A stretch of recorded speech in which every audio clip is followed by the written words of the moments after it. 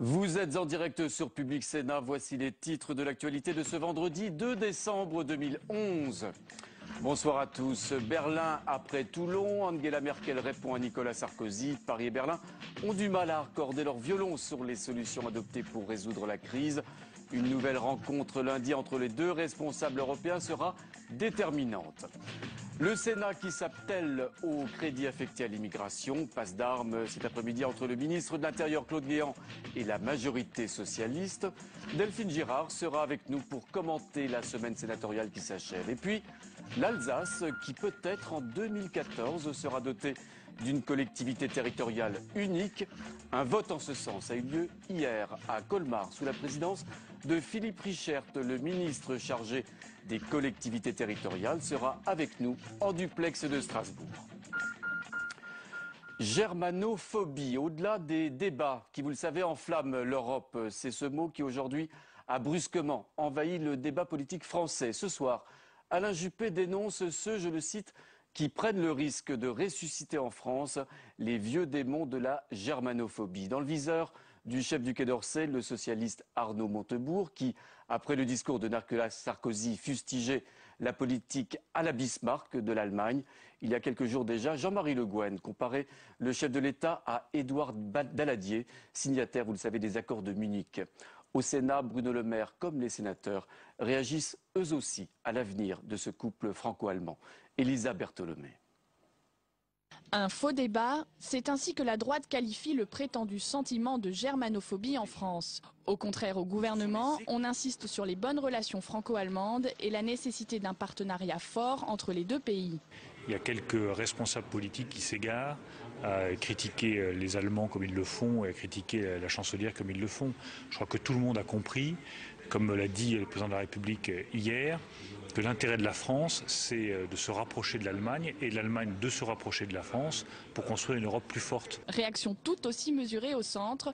Les sénateurs UCR considèrent l'Allemagne comme un partenaire d'importance avec qui il est nécessaire de dialoguer. Je pense qu'aujourd'hui, toutes les conditions sont réunies pour que ça se passe plutôt bien. Le dialogue est permanent, il est quotidien. Le président de la République française et la chancelière allemande se rencontrent régulièrement. Et évidemment, ils ont des différences, mais au moins ils en discutent. Et ça, je trouve que c'est très bien. À gauche, la tonalité est différente.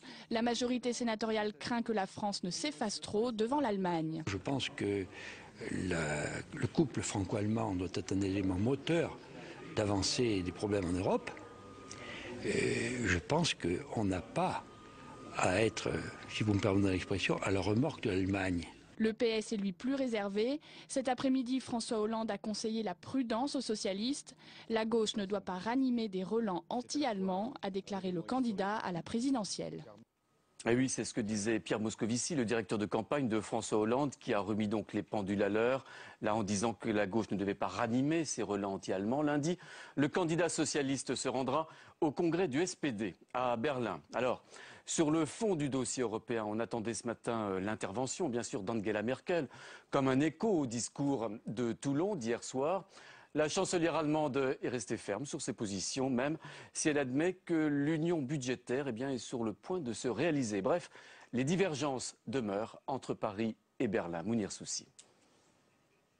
Angela Merkel, Nicolas Sarkozy, deux discours, deux visions pour le sauvetage de l'Europe. Principale ligne de fracture, le rôle de la Banque centrale européenne. Nicolas Sarkozy plaide pour une intervention de la BCE. Je suis convaincu que face aux risques déflationnistes qui menacent l'Europe, la Banque centrale agira. À elle de décider quand et avec quels moyens. C'est sa responsabilité. Mais pour Angela Merkel, ce n'est pas son rôle. C'est gravé dans les traités. Le devoir de la BCE est d'assurer la stabilité de la monnaie. Je crois que cela est appliqué. J'en suis même profondément convaincu. La question des eurobonds trouble les relations franco-allemandes. Paris souhaite que la Banque centrale émette des obligations européennes sur les marchés pour financer les dettes. Mais ce matin, Angela Merkel a une nouvelle fois fermé la porte à cette option en prônant une plus grande discipline budgétaire dans la zone euro. Après avoir tenu deux discours différents, le couple franco-allemand se retrouve lundi à Paris dans l'espoir de parler d'une même voix lors de la réunion des dirigeants européens à Bruxelles les 8 et 9 décembre prochains. Alors, on l'imagine, hein, la prochaine rencontre Sarkozy-Merkel, c'est lundi à Paris, sera déterminante pour la suite à donner à la gestion de cette crise. Bonsoir Jean-Louis Gombault. Bonsoir Pierre. Alors, Mounir Soussi, dans son reportage, évoquait les différences d'appréciation, de vision entre l'Allemagne et la France. Est-ce que finalement ces différences sont aussi marquées que cela? Moi, je parlerais plutôt de nuances qui ne sont pas négligeables. Et ça commence par l'insistance que l'on met sur certains points. Par exemple, quand M. Sarkozy parle de la crise, il remonte aux années 70, la globalisation, la financiarisation. Mme Merkel est beaucoup plus directe. Non, c'est parce que les États n'ont pas été suffisamment disciplinés. La chose est beaucoup plus simple, plus nette qu'elle ne l'est pour M. Sarkozy. C'est le pragmatisme allemand. Hein. Voilà, exactement. Donc on est. Mais M. Sarkozy ne dirait pas que ce que dit Mme Merkel est faux. Sur ce point, bien entendu.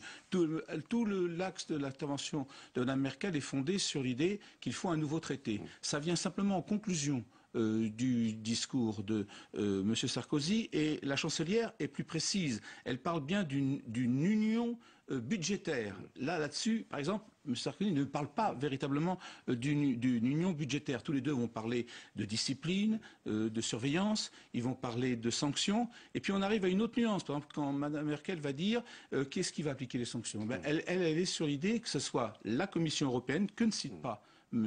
Sarkozy, et relayé par la Cour de justice de La Haye. Sarkozy est beaucoup plus sur un plan de gouvernance interétatique. Et alors on voit bien pourquoi. Parce que dans l'interétatique, vous êtes dans la négociation. Quand vous allez sur la Cour de justice, vous êtes dans le droit. C'est-à-dire d'un côté, vous êtes sur une réunion un peu de diplomates qui essaient de s'influencer, et l'autre, c'est plutôt des adjudants-chefs. Je ne veux pas caricaturer les juristes. Peut avoir un adjudant-chef. Voilà, exactement. Il est là, il a le droit, il applique le droit. Donc Mme Merkel, il faut que ce soit plus direct. Et puis il y a des points non abordés, évidemment. Par exemple, M. Sarkozy n'aborde pas la question des eurobonds. Mme Merkel dit il n'en est pas question. Donc il laisse ouvert, mais il ne se prononce pas. Justement, Jean-Louis, pourquoi l'Allemagne est-elle si intransigeante, en particulier sur le rôle de la BCE, qu'elle veut absolument garder comme indépendante, et ces fameux eurobonds qui seraient destinés à mutualiser en quelque sorte la dette européenne? Je pense que plus que je ne parlerai pas d'intransigeance, je dirais qu'elle est cohérente. Les Allemands sont cohérents avec eux-mêmes. Ils ont, depuis d'ailleurs Schröder, pas simplement Mme Merkel, ils ont décidé d'avoir une politique rigoureuse, disciplinaire. Il ne s'agit pas donc, les Français ne vont pas s'aligner sur l'Allemagne, ils vont adopter la façon de penser depuis longtemps des Allemands sur la gestion de la crise. Et par exemple, quand on prend les deux exemples pris, qui est la Banque Centrale Européenne et les eurobonds, de quoi s'agit-il en réalité dans cette BCE des eurobonds? Il s'agit non pas de laxisme, mais il s'agit de trouver une échappatoire à la rigueur, de trouver quelqu'un qui va vous donner de l'argent alors que vous n'en dégagez pas sur les impôts. Donc en réalité, c'est pour ça qu'ils sont, comme vous le dites, intransigeants, mais en réalité, ils sont cohérents. Soit vous faites de la rigueur, soit vous n'en faites pas. Alors regardez, Jean-Louis, c'est la question que nous avons posée à nos amis internautes de notre partenaire, le nouvelobs.com. On parlait des contrôles tout à l'heure. L'Europe doit-elle finalement contrôler le budget de la France? Eh bien, vous êtes une très grande majorité, 69%, à répondre non à cette question. Il y a du chemin pour M. Sarkozy. Merci beaucoup, Jean-Luc Gombault. Alors, pour être tout à fait complet sur ce dossier, cette déclaration de David Cameron, à l'issue de sa rencontre ce midi avec Nicolas Sarkozy, le Premier ministre britannique a indiqué qu'en cas de changement de traité, on en parlait tout à l'heure, à l'instant, eh bien, tout serait mis en œuvre pour protéger et renforcer les intérêts britanniques. Bonsoir Stéphane Rosès. Bonsoir. Alors, on va parler du discours de Toulon, un discours qui était très attendu, celui de Nicolas Sarkozy, un discours très abondamment commenté, évidemment. On l'a remarqué, le président parlait devant 5000 personnes, mais finalement, à qui s'adressait vraiment le président de la République hier? Eh bien, c'était un numéro d'équilibriste qui montrait le savoir-faire de Nicolas Sarkozy. Son réseau de contraintes est important. Il s'est d'abord adressé au marché financier. Vous l'avez observé, il n'a jamais utilisé le terme de triple A. Mais pourtant, tout ce qu'il a fait vise à dire au marché que nous ne sommes peut-être pas aussi rigoureux que les Allemands, mais nous souhaitons rentrer dans un directoire franco-allemand de sorte que nous nous rapprochions de la vertu allemande. C'est un message à l'égard de l'Allemagne et d'Angela Merkel. Il lui dit il faut un pacte de stabilité et de confiance au sein de l'Europe. Et donc, nous sommes prêts à troquer votre solidarité à l'égard de la zone euro contre le fait que nous montrions l'exemple et que nous puissions opérer des transferts de souveraineté. Et aux Français, que dit-il?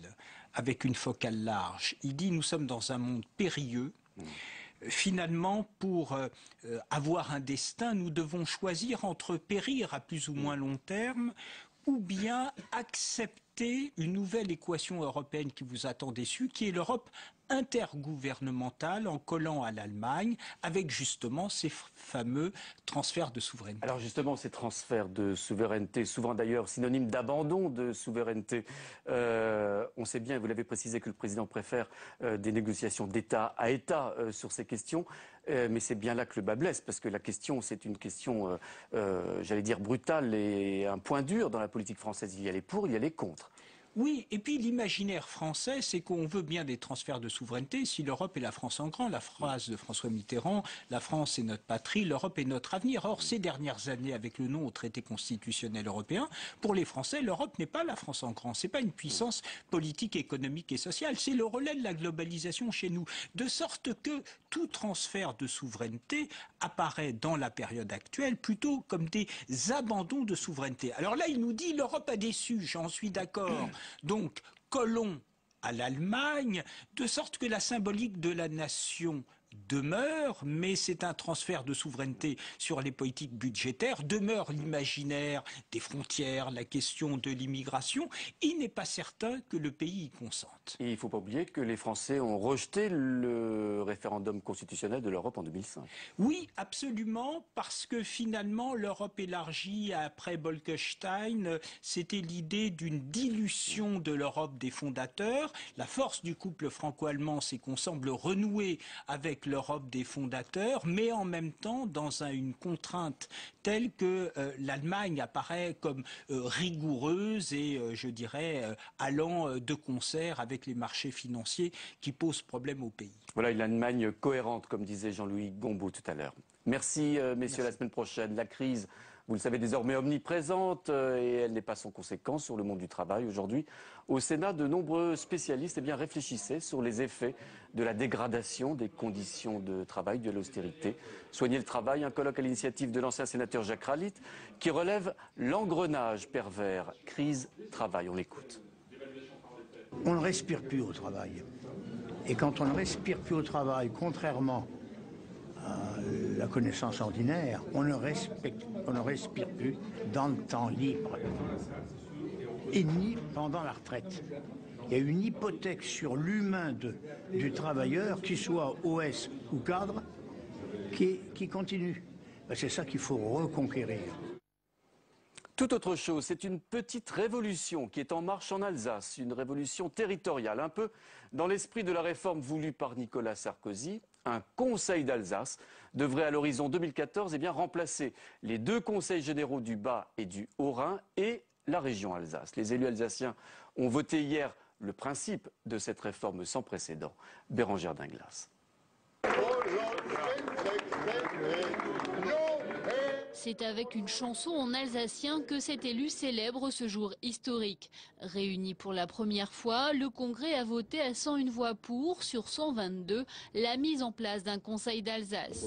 Outre la fusion de certains organismes économiques ou touristiques, le conseil d'Alsace espère surtout se voir doté de nouvelles compétences en matière de logement, transport, mais aussi enseignement des langues. C'est là qu'il y a en fait le cœur de l'évolution, parce qu'elles prennent en compte la spécificité du territoire, et cette spécificité est celle évidemment de sa situation transfrontalière. Si le principe d'une nouvelle collectivité issue de la fusion des conseils généraux et de la région a bien été voté, ni le mode de gouvernance proposant la création de 2 conseils de territoire, ni la localisation du siège à Colmar ou à Strasbourg n'ont convaincu. Qu'il faille un équilibre entre Strasbourg, Colmar et Mulhouse, qu'il ne faut pas oublier, certes, mais en tout cas, je trouve que ces attaques contre Strasbourg ont été inutiles et contre-productives.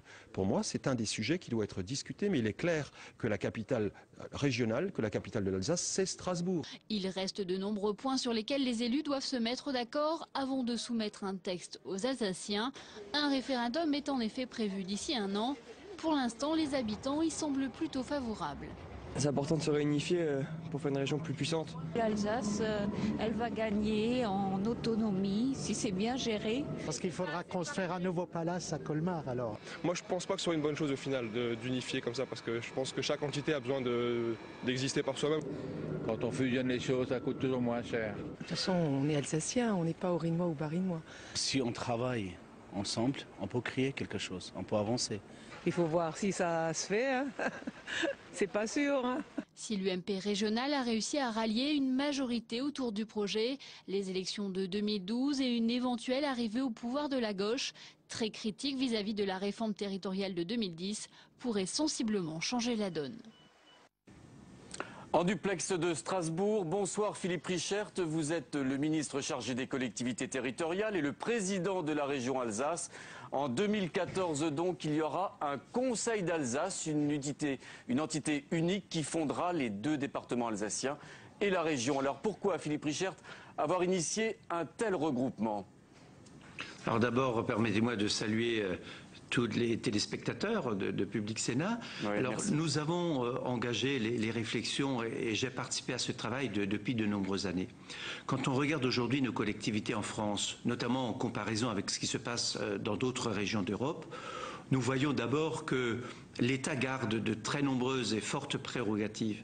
Donc il y a encore aujourd'hui, malgré les différentes étapes de décentralisation, encore un déséquilibre entre ce qui relève de l'État d'un côté et ce qui relève des collectivités de l'autre. Et en même temps, les collectivités sont très dispersées, ont des responsabilités croisées, ce qui fait qu'elles sont relativement fragiles par rapport d'un côté à l'État et par rapport à leurs homologues allemandes. Et quand on regarde chez nous en Alsace, avec une région qui est bien identifiée entre d'un côté les Vosges et le Rhin, oui. Une région qui a une identité, qui a une histoire, eh bien on se demande, est-ce qu'on ne pourrait pas avoir plus de lisibilité pour oui. Nos citoyens, plus d'efficacité administrative et politique en mettant ensemble les deux conseils généraux et le conseil régional d'Alsace. Et en acceptant, le cas échéant, aussi d'avoir des responsabilités nouvelles par de nouveaux transferts de compétences. Alors qu'est-ce que l'Alsace finalement a à gagner d'avoir une seule et unique collectivité locale et territoriale ? Alors, la première chose, notre objectif, que ce soit en Alsace ou ailleurs, c'est l'efficacité. L'efficacité d'abord démocratique. La décentralisation a été voulue pour que nos concitoyens comprennent mieux et puissent s'impliquer davantage. Quand vous avez tous ces niveaux de collectivité, les gens ne savent plus qui fait quoi. Et en plus, deuxièmement, c'est cher, parce que tous ces niveaux de collectivité ensemble pourraient gagner en efficacité si on met ensemble. Et c'est ce que nous voulons faire.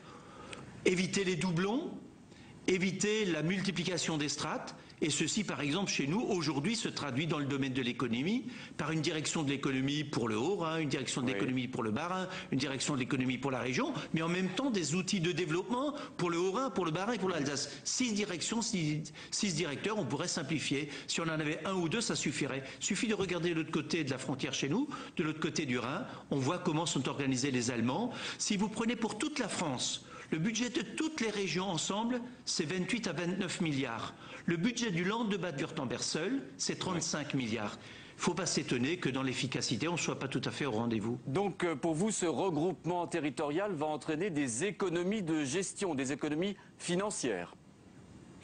Ce qu'il faut, c'est faire des économies de gestion parce qu'en même temps, vous avez de nouvelles responsabilités auxquelles il faut faire face. Oui. Quand vous regardez par exemple les conseils généraux, la dépendance, c'est des secteurs en pleine explosion parce que tout simplement nous vivons de plus en plus vieux, c'est une bonne chose, mais il y a aussi une dépendance qui est de plus en plus importante. Et pour faire face, eh bien, les conseils généraux sont obligés de recruter. Donc on recrute, on augmente le nombre d'effectifs et en parallèle, comme on ne diminue pas parce que nous avons de nombreuses structures, eh bien ça amène à des dérives en matière de dépenses. Aujourd'hui, nous demandons à tous nos concitoyens de faire des efforts en matière de restriction des dépenses. Eh bien, nous pensons qu'au niveau des collectivités, il faut faire des efforts aussi et que ça doit nous être imputé à nous, les responsables des collectivités, d'avoir le courage de prendre des nouveaux chemins pour être plus efficaces dans l'utilisation de l'argent public. Alors Philippe Richert, est-ce qu'il y aura demain, en 2014, moins de conseillers territoriaux, moins d'élus locaux en Alsace qu'aujourd'hui? Alors d'abord, la première chose, nous sommes une région où il y a déjà relativement peu d'élus, puisque la moyenne des conseillers généraux, c'est environ 25 000 habitants par conseiller général. Donc nous avons un taux relativement bas. La deuxième chose qui est importante, c'est que lorsque, par exemple, le siège de la région a été construit, mais c'est le cas aussi pour le Conseil général du Haut-Rhin, les hémicycles ont été conçus suffisamment grands pour accueillir à la fois les conseillers généraux du Haut-Rhin, du Bas-Rhin et le cas échéant les conseillers régionaux. Donc nous aurons la capacité d'accueillir tout le monde. Et en même temps, l'objectif que nous avons, c'est effectivement de réduire le nombre global. Alors il y aura une organisation, si j'ai bien compris, multipolaire qui se répartira entre les 3 grandes villes alsaciennes, Mulhouse, Colmar et Strasbourg. Est-ce qu'une organisation de ce type est-elle finalement viable dans le temps ? Très simplement, ce que nous voulons faire, premièrement, c'est donc avoir demain, ça vous l'avez compris, une seule collectivité, un président, une administration, un directeur général. Donc vous voyez, on regroupe le tout pour pouvoir faire toutes ces économies en matière de strates, de structures, de superposition. Ça, c'est le premier point. Le deuxième, ensuite, c'est de regarder comment on va faire fonctionner. Donc là, il y a des questions qui sont encore ouvertes. Par exemple, est-ce que nous allons prendre le modèle français avec un président qui est à la fois le président de l'Assemblée et en même temps le président de l'exécutif, ou est-ce qu'on va plutôt vers le modèle allemand qui a un président de l'Assemblée et un président de l'exécutif? Eux, ils appellent le président de l'exécutif le ministre-président du Land, et ils appellent le président de l'Assemblée le président du Landtag. Donc est-ce qu'on prend l'un ou l'autre? C'est encore ouvert. Donc nous allons engager une démarche où nous associons pas simplement les conseillers généraux, les conseillers régionaux, mais aussi les présidents des grandes collectivités en Alsace, les représentants des associations des maires, les parlementaires, parce qu'il faudra une loi spécifique pour définir notre façon de fonctionner. Et dans la territorialisation, il faudra à la fois rassembler lorsque l'Assemblée se réunit et l'exécutif, mais aussi rester présent, parce qu'il ne s'agit pas de faire une centralisation régionale. Ça serait complètement contraire à nos idées.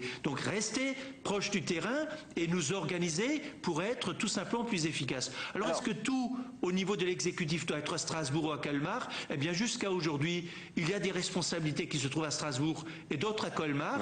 Regardons comment on peut le faire, et ceci dans le débat. Alors d'une manière plus générale, Philippe Richert, n'est-ce pas là finalement la mise en œuvre tout à fait pratique et en tout cas avant l'heure de cette fameuse loi territoriale de décembre 2010 que vous avez vous-même ardemment défendue? En réalité, ce que nous faisons, c'est que nous allons plus loin. Parce que ce qui est prévu avec cette loi, c'est des conseillers territoriaux qui siègent à la fois au département et à la région, mais on garde tous les départements, on garde toutes les régions, on garde tous les conseils généraux, tous les conseils régionaux. Nous faisons une étape de plus, on réunit les conseils généraux avec le conseil régional pour ne faire plus qu'une seule collectivité, et ça nous permettrait, je l'espère en tout cas, d'être plus efficace pour nos concitoyens. Parce que quand vous discutez avec les gens, ceux qui comprennent la différence entre le Conseil général et le Conseil régional dans les actions, dans les projets, dans les compétences, ils sont peu nombreux. Or, il est important pour qu'une démocratie fonctionne bien, que nos concitoyens comprennent qui est responsable de quoi. C'est ce que nous voulons faire. Alors, ces concitoyens, ces Alsaciens, vous allez les consulter. Fin 2012, vous envisagez d'organiser un référendum local. Vous pensez que les Alsaciens vont suivre la démarche que vous avez initiée, celle des élus? On se souvient de la déconvenue, par exemple, du référendum en Corse en 2003. C'est pas que nous voulons les consulter, c'est que c'est prévu par la loi. Si on veut faire ce genre de démarche, comme nous le faisons, avec une collectivité nouvelle, puisque c'est nouveau, puisqu'il y aura la réunion des trois et en même temps des compétences nouvelles, il faut passer par l'étape de la consultation, et donc il faudra convaincre les Alsaciens. Aujourd'hui, quand spontanément vous demandez aux Alsaciens si vous êtes Alsacien, Haut-Rhinois, Bas-Rhinois, Colmarien, Mulhousien, Français, Européen, ils répondent spontanément en première réponse, ils sont d'abord Alsaciens. Mais ça ne suffit pas, il faut leur montrer les avantages. C'est ce que nous avons devant nous dans les 6 mois ou dans l'année qui vient, à démontrer avec eux et à construire avec eux. Je suis persuadé qu'ils nous feront confiance parce qu'ils l'attendent. Alors hier, dans le vote qui a eu lieu, un grand nombre des élus socialistes se sont abstenus sur ce vote. C'est une attitude qui vous a satisfait, Philippe Richert? Pour être très clair, il y a eu un vote qui a fait que tous ceux qui sont exprimés, il y a 101 voix pour et 1 voix contre. Une voix contre, oui. Je ne sais pas si on se rend compte, 101 voix pour et une voix contre. C'est énorme, simplement, ce qui s'est passé, c'est absolument énorme. Je n'aurais pas imaginé, ceci très largement transcourant, les centristes, les UMP, les indépendants, les écologistes et des socialistes ont voté pour, tous ensemble. Oui. Alors c'est vrai qu'une partie des socialistes et le Front National se sont abstenus. Bah, c'est des choses qu'il faut accepter, ça s'appelle la démocratie. Merci beaucoup Philippe Richert d'avoir été avec nous en duplex de Strasbourg et merci bien sûr aux équipes techniques de France 3 Alsace de nous avoir permis de réaliser cet entretien. La suite de ce journal au Sénat, le marathon budgétaire avec aujourd'hui des débats passionnés autour des crédits alloués au service de l'immigration. Principale pomme d'une discorde entre Claude Guéant, le ministre de l'Intérieur et la majorité socialiste, les moyens alloués à l'Office français de protection des réfugiés et apatrides. Aurélien Romano. Le volet immigration et asile du projet de loi de finances ne satisfait personne. Il réussit presque à faire l'unanimité contre lui. À notre avis, les mesures sont insuffisantes. Le budget déséquilibré de l'immigration, il y a plus d'investissement dans l'expulsion que dans l'intégration. Aujourd'hui en séance, c'est le droit d'asile qui a cristallisé les débats. Le ministre de l'Intérieur souhaite accélérer les procédures pour diminuer les coûts. L'asile, effectivement, coûte un demi-milliard d'euros. Il coûte plus cher que l'année dernière et plus cher qu'il y a 2 ans. Nous apportons un certain nombre de modifications dans les examens qui sont faits par l'OFPRA afin que les procédures aillent plus vite qu'aujourd'hui. Claude Guéant affirme en revanche vouloir tout faire pour les immigrés déjà présents en France. À ce titre, il prévoit une dépense supplémentaire pour l'apprentissage du français. Un débat sur l'immigration constamment instrumentalisé, regrettent les sénateurs socialistes, qui pointent un budget volontairement mal financé. Les crédits sont insuffisants. Et le ministre le sait, puisqu'il sait très bien combien on a dépensé pour 2010 et 2011, et il sait très bien que les crédits qu'il inscrit pour 2012 sont inférieurs. Donc le budget n'est pas sincère. Jean-Pierre Sueur et Claude Guéant ont passé la séance à s'interpeller. Au final, le texte du gouvernement a été rejeté par le Sénat. Bonsoir Delphine Girard. Alors vous avez suivi bien sûr les débats autour de ce texte, mais il s'est passé bien d'autres choses la semaine passée, cette semaine, ici au Palais du Luxembourg. Alors d'abord, ça devait être un temps fort du mandat du nouveau président du Sénat, ces fameux états généraux de la démocratie locale, voulus par Jean-Pierre Bel, et dont les travaux avaient presque commencé. En tout cas, ils devaient être entamés dans les semaines à venir. Et finalement, eh bien, ces états généraux seront portés à l'automne, c'est-à-dire après les présidentielles. Alors, que s'est-il passé, Delphine Girard? Eh bien, Pierre-Henri, Alain Marlex, il voit même Alain Marlex, l'ancien secrétaire d'État aux collectivités territoriales, il voit le signe d'un échec total de la gauche sur la question des collectivités. Alors vous me posez la question, que s'est-il passé? Eh bien, le président du Sénat, Jean-Pierre Bel, s'est en quelque sorte fait piéger par la droite sénatoriale qui, après avoir approuvé à l'unanimité le principe même de cette organisation, de la tenue d'états généraux des collectivités territoriales, eh bien, finalement a annoncé qu'en raison du calendrier, eh bien, la droite sénatoriale ne participera pas à ces états généraux. Je vous propose d'écouter les explications de Jean-Claude Gaudin, c'est le chef de file des sénateurs UMP. Sur le principe, nous n'avons pas d'objection. Nous disons simplement au président Bel, qui semble avoir accepté, je crois, nos suggestions, c'est dire ça n'est pas le moment.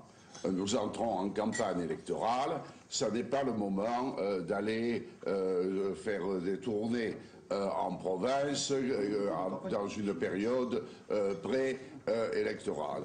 Alors voilà, on l'a entendu pour Jean-Claude Gaudin, c'est clair, cette initiative doit rester non partisane, ne pas peser sur les campagnes présidentielles et législatives à venir. Alors devant le refus des sénateurs UMP et centristes de participer à cet événement, Jean-Pierre Bel n'a pas eu le choix. Écoutez le président du Sénat. Si nous, le Sénat, ne pouvons pas organiser des états généraux pour simplement donner la parole aux élus locaux, parce qu'il y a une période électorale, les grands forums qui sont prévus par certains ministères, même pas au mois de janvier et de février, mais au mois de mars pour l'année prochaine, on aura la même intention de faire en sorte de ne pas interférer avec la campagne électorale. Je pensais que le faire avant, ça permettait d'interpeller les candidats, tous les candidats, et de leur dire, voilà, une plateforme sur laquelle vous pouvez vous appuyer pour faire vos propositions. Nous le ferons dans un deuxième temps, après l'élection. Alors peut-on croire, Delphine, que ces états généraux de la démocratie locale sont définitivement enterrés? Non, quand on entend Jean-Pierre Bel, ils auront lieu après les élections donc en 2012, mais donc leur portée en est quand même affaiblie, surtout quand on se rappelle que le 24 novembre dernier, à l'occasion de sa première conférence en tant que président du Sénat, conférence de presse, eh bien Jean-Pierre Bel avait même envisagé de réunir à Versailles tous les élus qui auraient participé à ces états généraux de la démocratie territoriale. Merci beaucoup Delphine Girard. Au programme de la semaine prochaine ici au Sénat, eh bien, ce fameux texte sur le vote des étrangers aux élections locales. C'est la fin de cette édition, à suivre chez nos confrères d'LCP Assemblée nationale, le magazine Entre les lignes. Je vous souhaite à tous un excellent week-end. Merci.